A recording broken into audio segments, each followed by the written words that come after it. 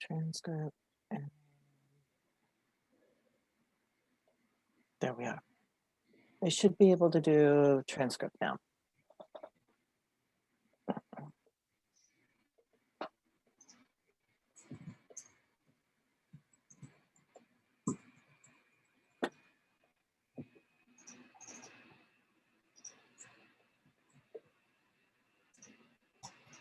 Hello, Heidi. Welcome, Heidi.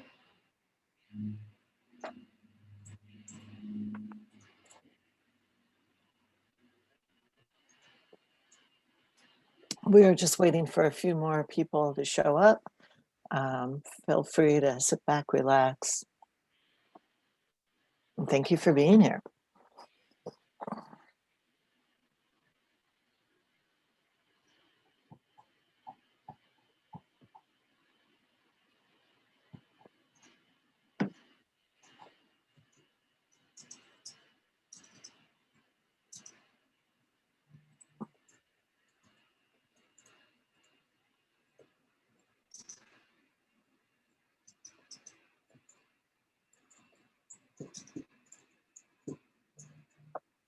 So I just wanted to say there is a live transcript, and we also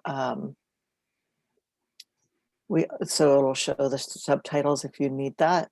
You can go down into your toolbar and push more, and then go to live transcript. And then also, we are waiting for a couple of minutes to let people come on.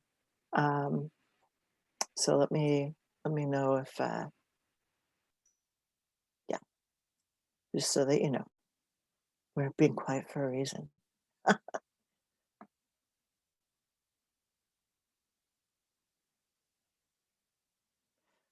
All right. And if it is a small group, this is fantastic, because that means that all of your answers will be answered,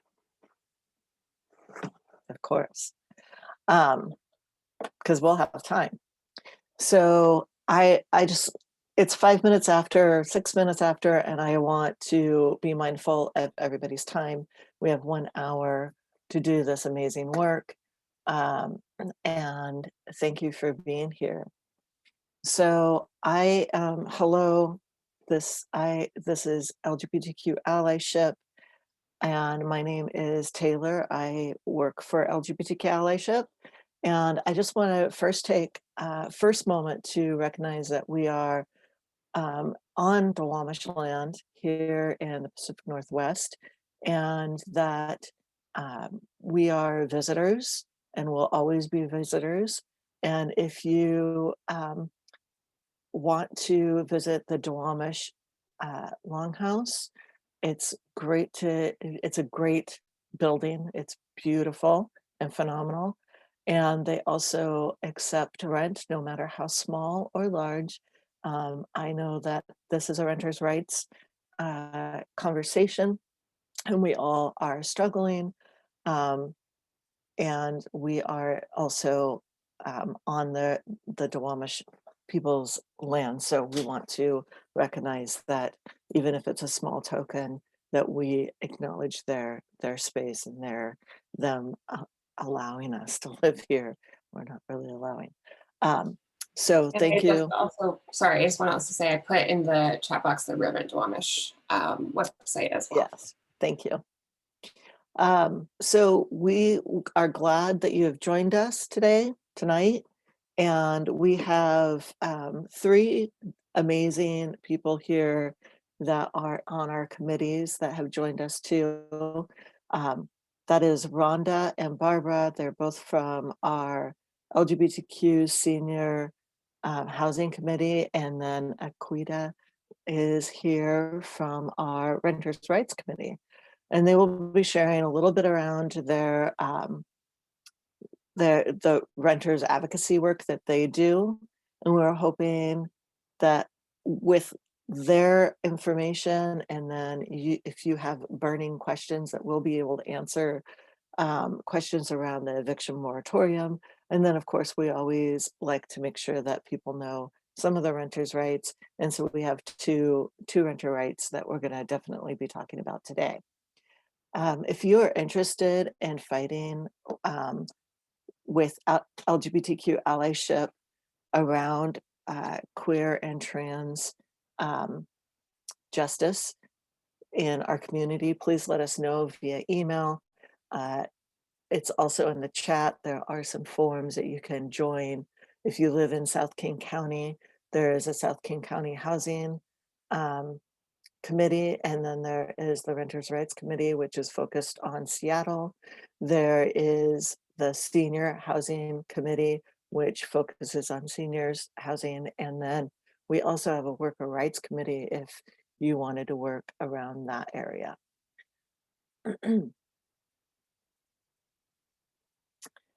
I also wanted to let you know that allyship has some of the work that the committees do is that an example is that allyship with the committees have all signed on to with 47 other organizations to ask for an extension in the moratorium, and this to end at no, not this month, but in December 2021.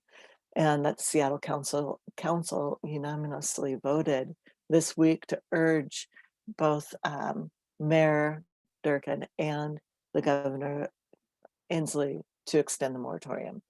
We also supported the housing bill of the bill 5160, and this was a statewide bill to engage with multiple prong approach to support renters like yourselves to not lose their housing and to create a payment plan and address back pay resolution and assistance in order to stay housed.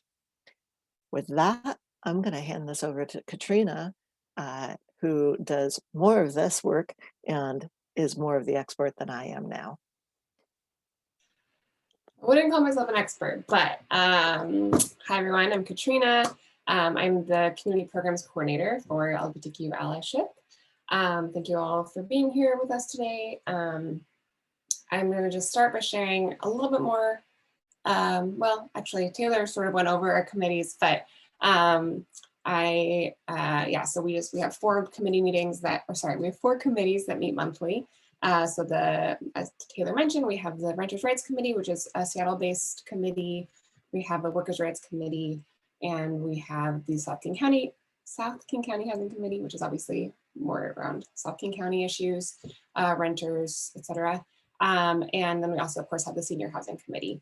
And so, you know, each of these committees works to advocate for the rights of renters or workers in King County.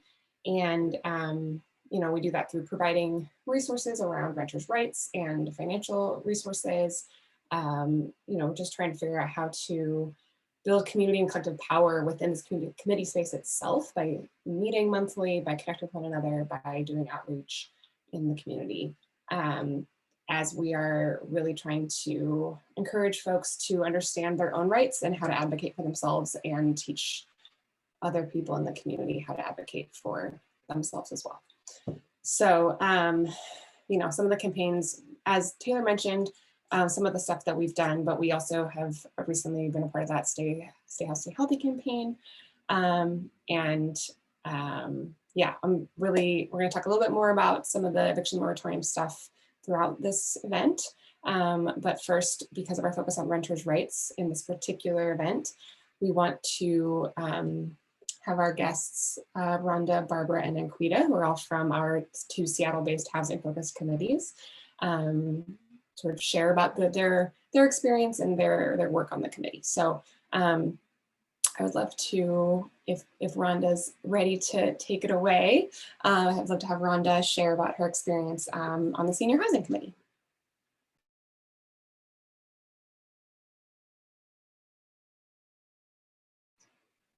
You're muted, Rhonda. Oh yeah, I muted myself. I keep myself on mute, then I forget to take it off. Good evening, everyone. I'm happy to be here. My name is Rhonda Tilford, and I have been so inspired to be a part of this transformational work that Allyship has been doing. So I'm on the Senior Housing Committee. And being on that committee has just been an awesome experience. There's been a lot of work, and so we started with the overarching goal is to have impactful systemic change. And so I do feel pleased to say that's what we have been doing. So we have started with a variety of things, but now that we have this pandemic, the moratorium, so we have crafted letters to various public officials, the governor, and also Seattle City Council, encouraging them to extend that moratorium. And so that has been good. And also, we've been keeping in communication through Zoom.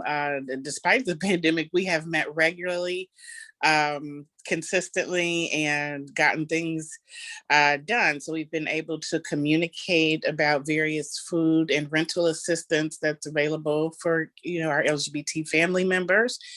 And we also had 2 homecoming celebrations, which was very interesting and enjoyable, where we came together as a collective and just shared our experiences, our concerns, and how we arrived at Seattle, and our backdrop story. And so as a result of that, we created another extended group that's going to meet in a more social setting where we can intimately share and explore ways to bridge the gaps and just to make each other feel more welcome and to deal with issues that directly that are really privy to just the LGBT family. And so let's see what else. Oh yeah, so as a result of the homecoming, we are going to be having 2 dinners. The dates for those dinners are yet to be determined, and we did get 2 members who had agreed to be hosts for those dinners. So that was pretty awesome.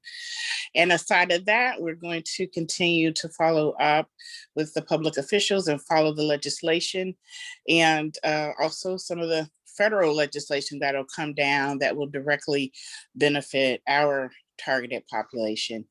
And lastly, but not least, I just want to say the tremendous benefit to me as an individual being involved in this is not only am I a transplant, but I have experienced homelessness. So it's good to feel more like I actually have an extended family that's not my family of origin, which is pretty common for, LGBT family members. So it's just been, it has been really, really wonderful. And the group is they come to the meetings regularly, so that's pretty good when you can have at least 5 to 7 people that show up consistently. So yeah, so thanks to Deb and all the participants, and thanks to this forum as well. Thank you. Thanks, Rhonda. Really love to hear that community aspect for sure. I appreciate that. Barbara, would you be willing to share a little about your experience next? You have to unmute, Barbara. That takes all the fun out of it. Okay, now you have to listen to me.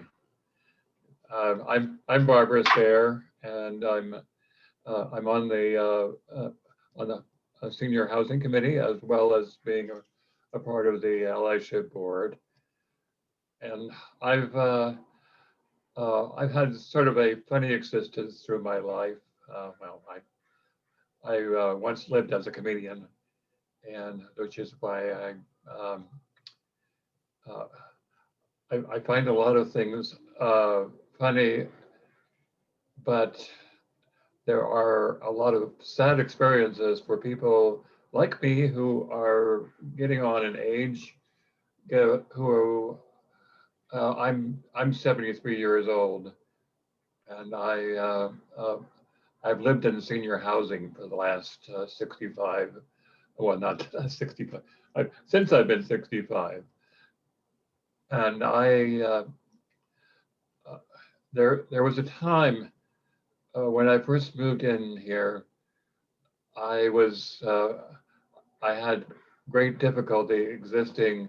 I was one of those LGBT folks who have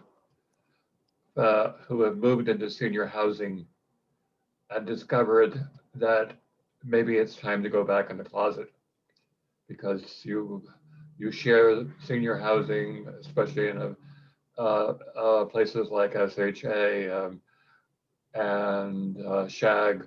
All of these places you share mostly with a non-LGBT audience who probably have gone through their entire life not knowing an out LGBT person. And there was a lot of resentment when I moved into this building. I'm trans, and sometimes I get noticed, and I got noticed a lot when I moved in here. I was misgendered constantly. I was treated very badly by some of the management here, and you discover who your friends are very quickly. But I didn't move back in the closet. I discovered that there are other ways that you can make yourself noticed in a positive way. A long time ago, I worked for a little startup company called Microsoft. I knew something about computers, and I found several people here in this building who were confused about computers, even though some of them had actually gone out to buy machines. And I started a series of classes for people who wanted to learn more about how to use a computer. Little easy things like sending email to your grandkids, sending sending pictures back and forth, and for some of my students, how to plug the computer into the wall. And it wasn't difficult to set up the class and so forth. And the SHA management peeked in eventually, and they discovered, hey, we could actually make this serious. And they set up other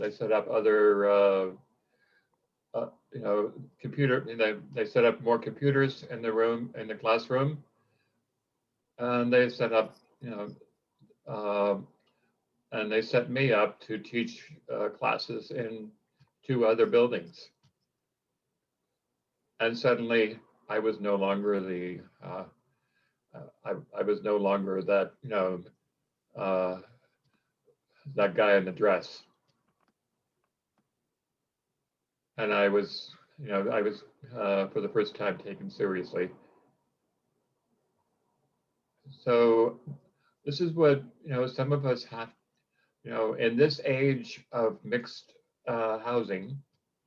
This is a very sensitive area if you are LGBT, or if you are if you're low income and you have to move into a building that is has a lot of let's call them Florida people who are growing up grew up knowing only other Florida people and need some learning. This is one issue that's getting very important. The other outlet for the same issue is they are building throughout the country. They are building apartment buildings that are aimed primarily at LGBT folks. They are, but you can't obviously limit them to LGBT folks by law, but there are some very, very successful buildings already. I got a chance to see one a few years ago in Philadelphia. That was the first, and it's one of the most incredibly beautiful buildings. And imagine this, a building with a large percentage of gay people that has beautiful gardens. Never would have thought of that. And there are, there is actually a building that will be built on Capitol Hill that is similar.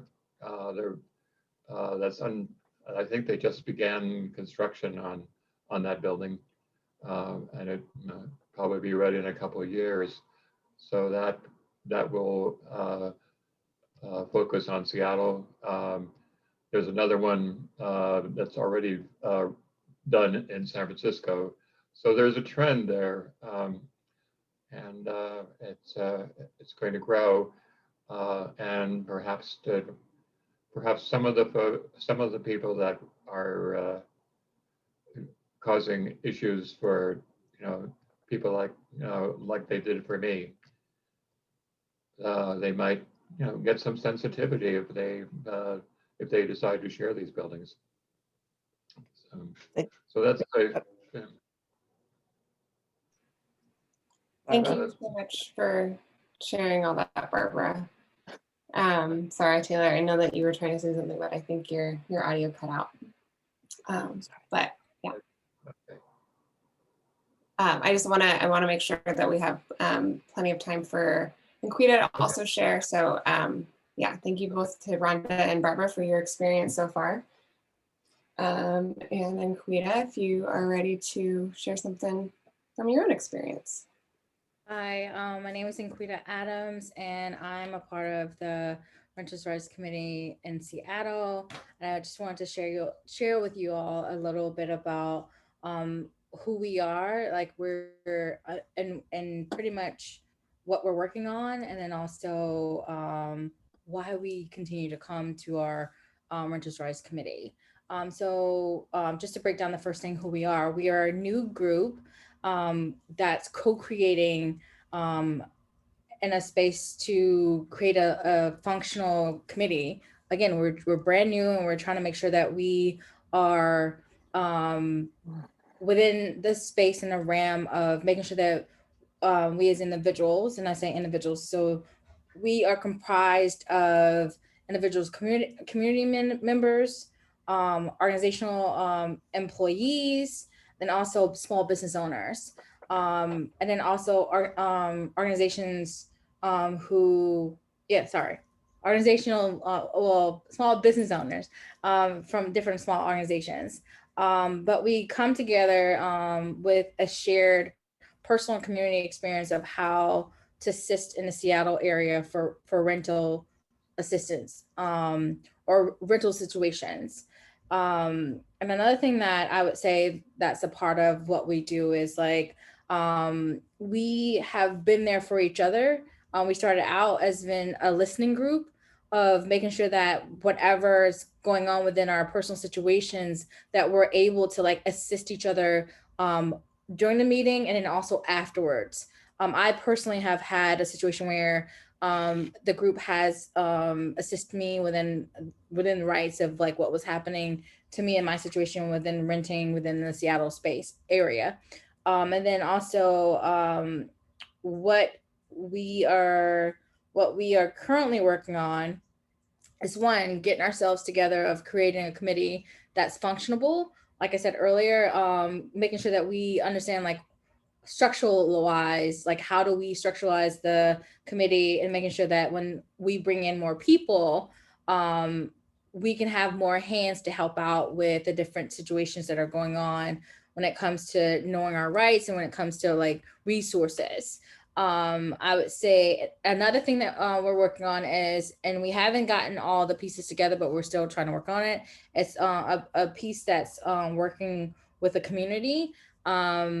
And we're still trying to get that together because they're partnering with myself, my business, and allyship to try to do that community piece. So we're still working on cultivating what that looked like, and then also how do we work within our committee with the less people we have, and then also how do we create more people, get more people recruited in to work on the project.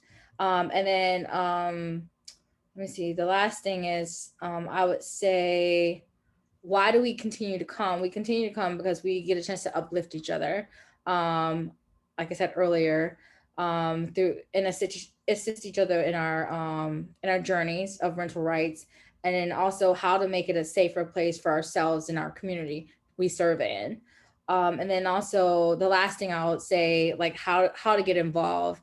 I would like to ask you guys to actually connect with Taylor or Katrina to figure out how do you can get involved with the Renters' Rights Seattle area space, because we're looking for more people that we can recruit so we can kind of make sure that we can again help out with the different things that we're serving in, because every community is different, and if you see the same people that are in the community, you cannot get the work out there. So we're trying to build a space where that we're making sure that everyone is at the table, community members, business owners and organizations, and also the actual renters, and also the agents that you're renting from. So we're trying to make sure that this is a space that we can collaborate with everyone to make it a better place to live in. Well, Seattle, a better place to live in. So I think I'm going to end with that, and thank you for your time.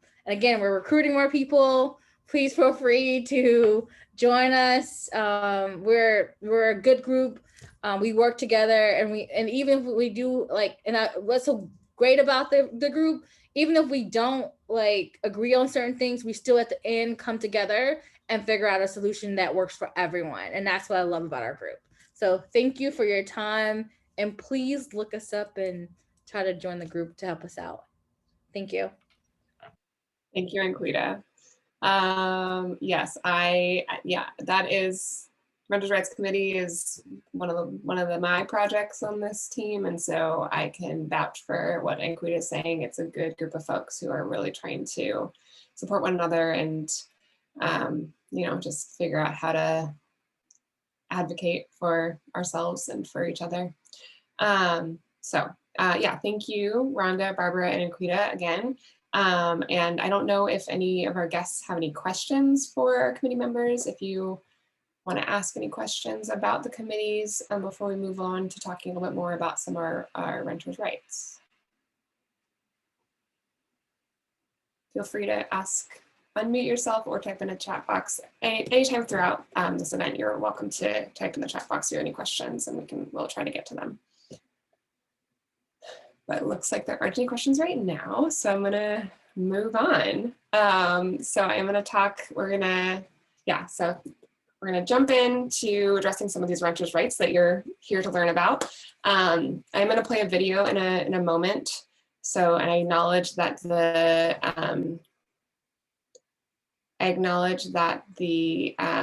audio sometimes the video sometimes lags when I share a video, but the audio should still work. So the information will still be there. But yeah, so we have a video made by a community member to explain a little bit about the Just Cause Eviction Ordinance, which is something that folks may have been hearing about a lot in the last few months, because it was something on the state legislation circuit this year.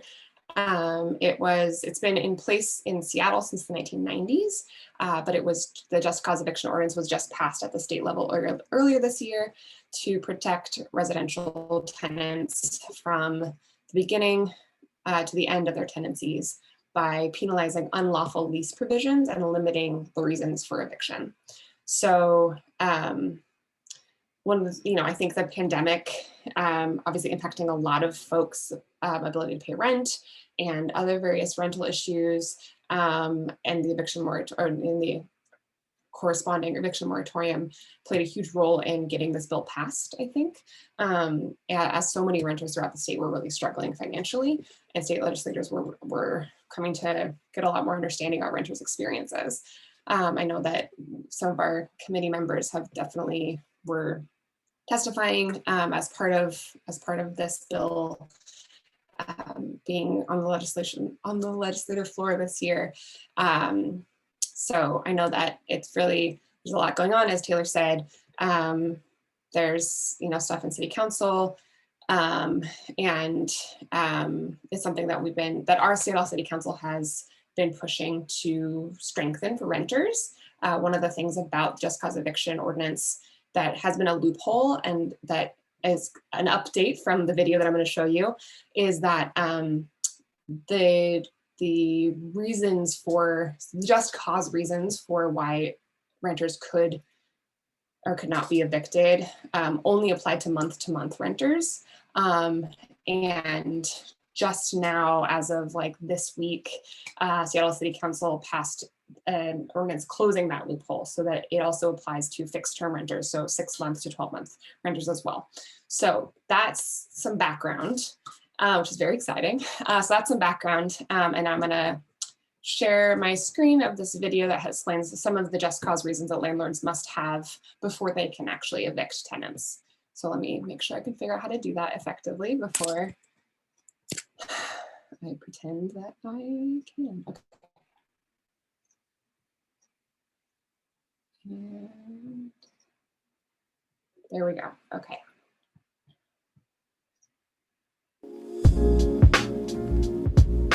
Are you worried that your landlord might evict you for prejudicial reasons? I'm Morella, and this is Paco, and we can relate.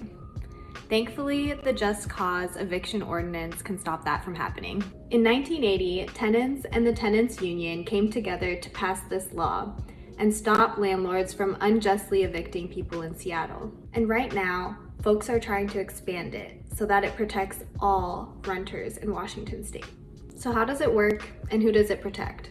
Unfortunately, the ordinance does not apply to renters with fixed-term leases. But if you're a month-to-month renter, there are only 18 legal reasons why you can be evicted. Some of these reasons are consistently paying rent late, violating your rental agreement, or if your landlord wants to move into the unit. If your landlord lies to get you to move out, you can sue them in small claims court for $2,000 in damages. For a complete list of reasons, check out our description for a link to the Department of Construction and Inspection's Renter's Handbook. By the way, your landlord must state one of the 18 reasons in a written notice to terminate vacancy. And typically, it must be sent to you 20 days before the end of your rental period. If you have any questions or feel like your rights are being violated, please contact LGBTQ Allyship. Bye! All right. So like I said, so part of that video obviously was talking about how it only applies month to month, and that no longer is true in Seattle. But I would love to answer any questions if anyone has anything after watching that video. And if not, we can move on to the next renter's right. Okay.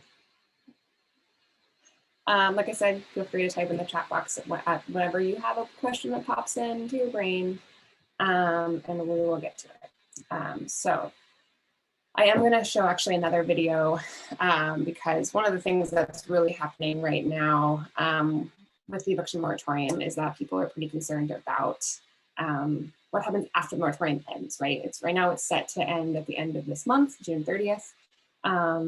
There obviously has been advocacy for the governor to extend the eviction moratorium until all of the protections that have just been passed in legislation for renters, until those things are actually solidly in place, so that people aren't in this sort of limbo where they don't really know what's going to happen. And unfortunately, we don't really have an update on that in particular. So, you know, I'm hopeful. We still have some time until the end of this month. I'm hopeful that there will be an extension. But in preparing for the end of the moratorium, one of the things that we can do is create a payment plan with landlords. It's something that is well within your rights as a tenant to pay in installments. throughout your experience. You know, that's something that exists throughout the renter's handbook on various things, but you can always come to your landlord and say, hey, can we create a payment plan so that I'm paying X amount, you know, monthly, in order to not have such a gigantic number over my head. And legally, the landlord needs to connect with you about that. So if a landlord denies a payment plan, you have the right to try to meet with them directly to discuss it further.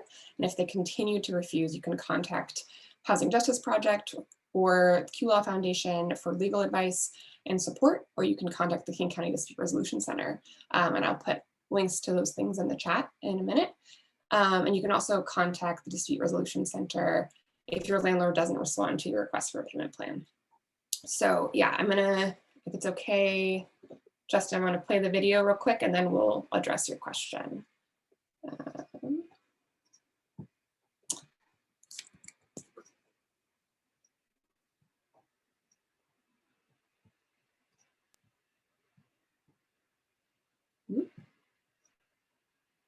Have you fallen behind on rent during the COVID-19 pandemic? You're not alone. In fact, thousands of people across Washington state have struggled to pay their bills. Thankfully, Seattle quickly responded to this crisis by passing new renter protection laws, including one that makes payment plans for late rent mandatory during and up to 6 months after the end of Seattle's state of emergency. So how do you set up a payment plan? Call or write your landlord and ask to pay your late rent in installments. If you are 1 to 2 months overdue, you can make 3 to 5 consecutive and equal monthly payments.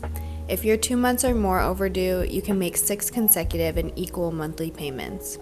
You can also propose something totally different for your landlord to accept or reject. Payment plans must be reasonable and based on your circumstances.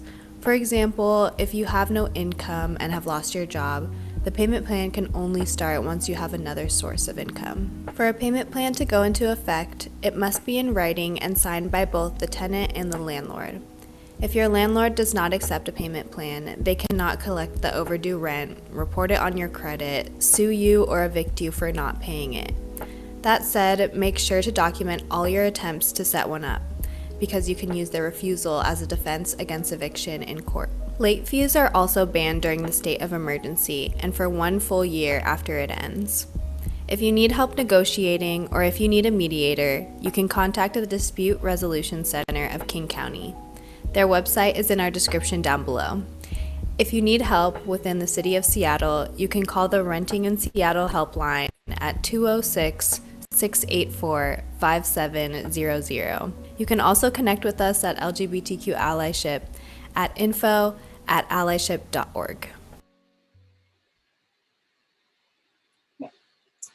Thank you. So let me make sure that the links are going to be attached to that. My name is Gina Oh, shoot, Tiala. I'm so an sorry. attorney with the Sorry Oh, about hit that. stop. I tried to put the links in there and it didn't attach with it. So I will go ahead and do that.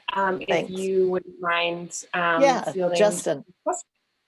Justin, yes, the question was, my main question is, I move out on my own. If I move out on my own, does my backlog rent become due immediately? You have a payment plan. So as long as the payment plan, if you create a payment plan before you move out, you should be able to negotiate that you make payments over a long period of time. There is no, you can put that in the lease term. If you have a large amount, say that you have 8 months worth of rent to pay, obviously, and you move out like 2 months after, you're not going to probably have that remainder 6 months there. So my suggestion would be make sure that you put it in your payment plan, that even if you move out, that you get to continue making a payment, the payment plan, until that debt is paid off. I don't have the exact answer for that. And that would be something that would be a really good conversation to have with Q Law. But from my understanding, it's a payment plan, not due to, even if you move out, it's still a payment plan. It's kind of like having a credit card that you have to keep paying on, or a line of credit, I should say. What happens when I get evicted for lack of payment? In Seattle, you cannot be evicted if you are following the payment plan, and payment plan that you have created. So if you have created a payment plan with your landlord and it says, you know, I'm making a monthly payment of my rent plus a minimal amount, let's say it's $50 a month, that is agreed upon between you and your landlord, and you're making that payment monthly, then you should not ever be evicted. Now, say that you have no money or no income still, it is reasonable to say, I have no income, I have no, I'm looking for prospect of an income, however that may come out, and my payment plan is $50 and towards my current rent and my past rent. So if you are not employed at this time, it is reasonable to say that you do not have an income at this time, and due to COVID related reasons. So I hope that helps. It seems like the latter would give me more time, but would affect me more in the long term. Well, not necessarily. I think that it would be best to create a payment plan because, like I said before, and I'm not living in your shoes, so you know, correct me. But if you have some form of income, and if your payment is even small, it's okay to state that it's going to be a small amount. My landlord wants payment in full within 6 months, which is clearly not doable. They will not budge. So you're right. I'm unemployed. What is it? Hotels? Okay, so this is where you would want to go to the Dispute Resolution Center, and you would want to talk with someone there. And if your landlord is refusing to negotiate with you, they can negotiate on your behalf. You can let them know, I'm unemployed. I am, you know, this is my income from unemployment / whatever you're piecing together. And then they can say, okay, well, obviously you can only pay this amount, which could be a smaller portion. They look at you need to cover your utilities, your food, life, you know, we live, haircut. We have to have our haircut. I mean, that's why I'm wearing a hat. So if you, so you, they will help you determine what is reasonable for your income. And then they go to the landlord, and the landlord by law has to accept some payment plan in the Seattle area before they're ever allowed to evict. And that it's not reasonable to ask for 6 months now that the eviction's over. Yes, absolutely, Justin, you're welcome. Yeah, so I just sent the link directly right there, so you have it. I put all of the, yeah, they're definitely playing hardball. And as we saw in the video, like there is also protection for 6 months past the moratorium, that they still cannot be evicted for things related to that, to COVID. But it is, you know, it still takes time to get money. And so that can feel really stressful. So I hope that you can connect with the Dispute Resolution Center and get some direct support in connecting with your landlord, because unfortunately, we can't provide that in this particular event. Yeah, Um, and if you know that your landlord has maybe apply, I don't know how large of a rental units, if they're a small rental unit where they have 6 or less apartments, or if they're large, which means they have more than 6, so 6 to, 300 units. If they have applied for the King County um, rental assistance, you should know about that too.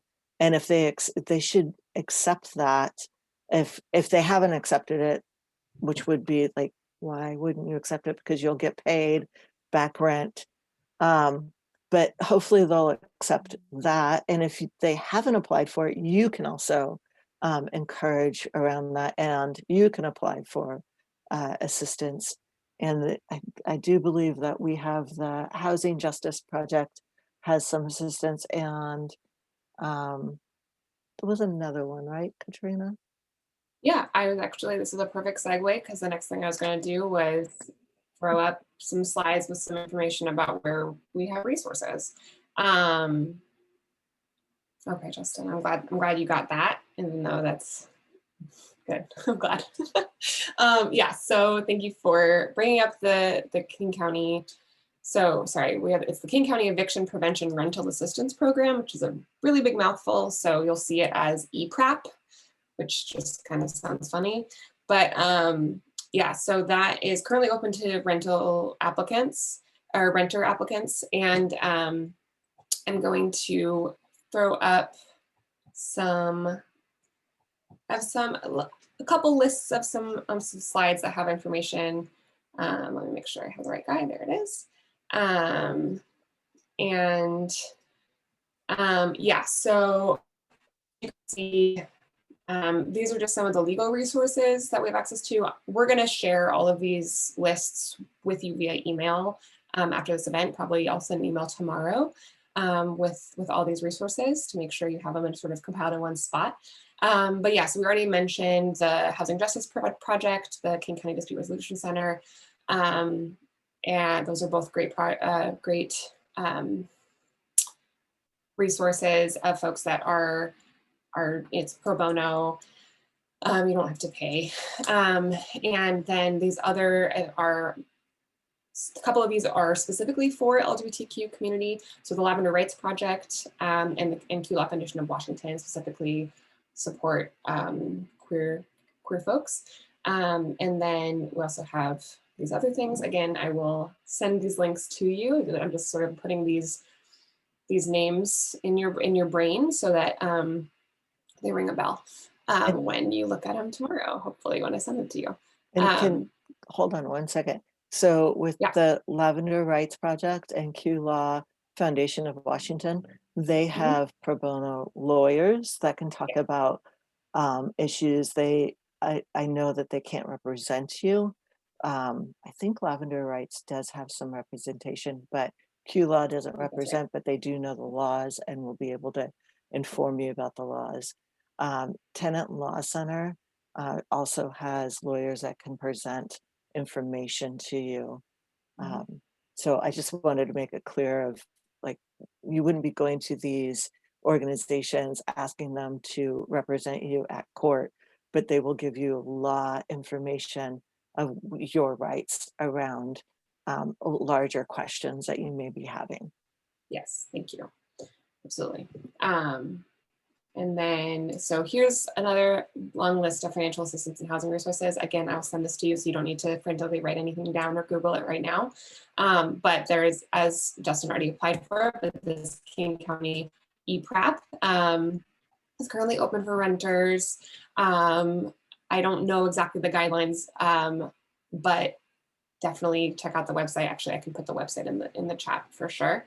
But then all of these are, we have a senior housing program through Seattle Housing Authority.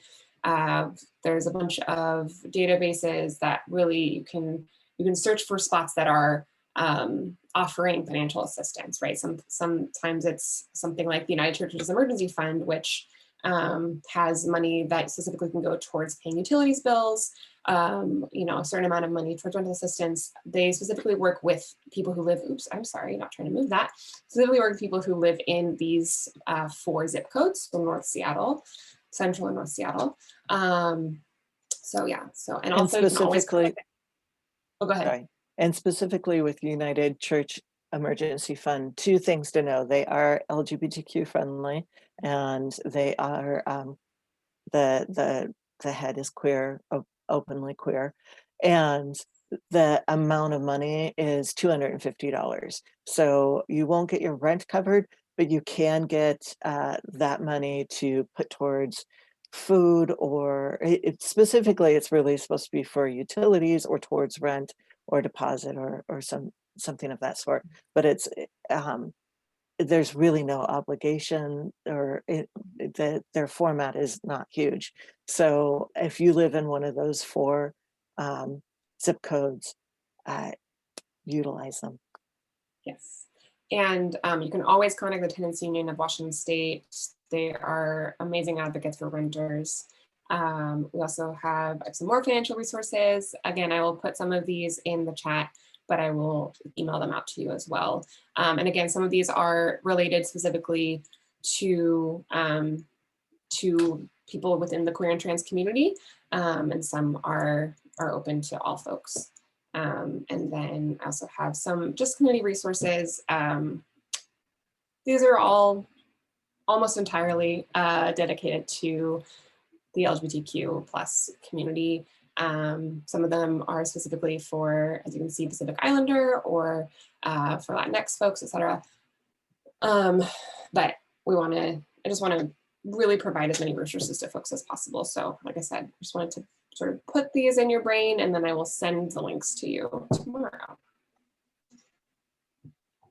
And I can, like I said, I will put some links to some of those things that you can apply to or look through right now, if you are interested in doing that right now. So does anybody else have any other burning questions? I have a question. What if a person is out of work because of like a mental illness and they received assistance from King County, but it wasn't really enough to pay rent? So they're behind on rent because of that. And now with the King County Renters Assistance Program or whatever, our eviction assistance program, are there other options? Like if they don't win the lotto or whatever, are there options to help people who battled mental illness during this pandemic? Is there any option for them that could, advocate for them and help them pay their rent, or would it just be setting up a payment plan? Would that be the best bet? Often a payment plan is definitely like a good start. If you have, it's tricky because it's going to be easier if you have a positive relationship with your landlord, or if you have any kind of communicative relationship with your landlord. I know that's not always a given. It's often not a given, as we know, but it definitely doesn't hurt to try. There's definitely, I didn't include those kinds of resources in what I compiled, but I'm happy to find some and connect with you about some stuff that's related specifically towards mental health, because there's definitely like mutual aid funds, and there's and there's definitely support around. I mean, mental health is, I think we've all been experiencing a lot of stuff going on with our mental health throughout the last year and a half. So I'm sure that is something that there are going to be resources available. I just don't have them ready right this second, but I'm happy to connect with you. And when I send out these resources tomorrow, I can include some stuff related to that in the list as well. Thank you. Yeah, absolutely. Yeah, and all of and those, and all of the resources that we are providing also, I do believe that almost every single organization that Katrina listed also has additional resources too, that may not be financial resources, but I know places like Gay City is really an amazing resource of resources. They have a large resource funnel of where places you can go. Yeah, thanks for that question, Helen. Okay. If there's no other questions, okay, thanks so much for being here, Justin. I appreciate it. I will absolutely send you even more links tomorrow. And yes, I just wanted to, again, thank Barbara and Rhonda and Enquita for joining us today. And I want to thank, obviously, Harlan, Justin, Heidi for being here as well. And if you want to join LGBTQ Allyship's fight for economic and housing justice for queer and trans community, you can apply for one of our housing committees, as we mentioned earlier. Sorry, housing or workers' rights committee, excuse me, and we can follow up with you about that. And I will, yeah, look forward to connecting with folks as needed. And you'll get an email from me tomorrow. Thank you very much. Thank you all so much. Thank you. Mm. Hey, bye, everybody. Bye, Rhonda. Thank you. Bye, Ireland. Bye. Bye. Thanks for your support. Thank you so much. Really appreciated it. Thanks, Katrina. Yeah, thank you. Thanks, Enquita. Thanks, Katrina. You're welcome. I'm gonna stop recording.